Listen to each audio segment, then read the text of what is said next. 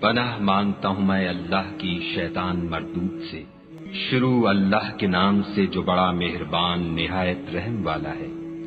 جس نے تمہارے لیے زمین کو بچھونا اور آسمان کو چھت بنایا اور آسمان سے مے برسا کر تمہارے کھانے کے لیے انواع و اقسام کے میوے پیدا کیے، بس کسی کو اللہ کا ہمسر نہ بناؤ، اور تم جانتے تو ہو۔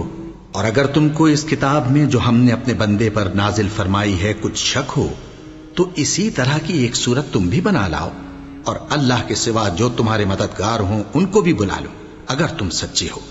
پھر اگر ایسا نہ کر سکو اور ہرگز نہیں کر سکو گے تو اس آگ سے ڈرو جس کا ایندھن آدمی اور پتھر ہوں گے اور جو کافروں کے لیے تیار کی گئی ہے۔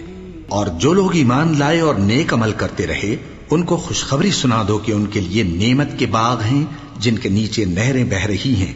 جب انہیں ان میں سے کسی قسم کا میوہ کھانے کو دیا جائے گا تو کہیں گے یہ تو وہی ہے جو ہم کو پہلے دیا گیا تھا، اور ان کو ایک دوسرے کے ہم شکل میوے دیے جائیں گے، اور وہاں ان کے لیے پاک بیویاں ہوں گی اور وہ بہشتوں میں ہمیشہ رہیں گے۔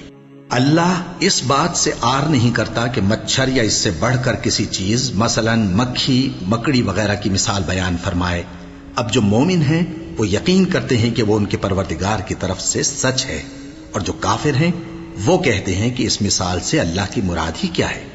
اس سے اللہ بہتوں کو گمراہ کرتا ہے اور بہتوں کو ہدایت بخشتا ہے، اور گمراہ بھی کرتا ہے تو نافرمانوں ہی کو، جو اللہ کے اقرار کو مضبوط کرنے کے بعد توڑ دیتے ہیں، اور جس چیز یعنی رشتہ قرابت کے جوڑے رکھنے کا اللہ نے حکم دیا ہے اس کو قطع کیے ڈالتے ہیں اور زمین میں خرابی کرتے ہیں۔ یہی لوگ نقصان اٹھانے والے ہیں۔ کافرو، تم اللہ سے کیوں کر منکر ہو سکتے ہو؟ جس حال میں کہ تم بے جان تھے تو اس نے تم کو جان بخشی، پھر وہی تم کو مارتا ہے، پھر وہی تم کو زندہ کرے گا، پھر تم اسی کی طرف لوٹائے جاؤ گے۔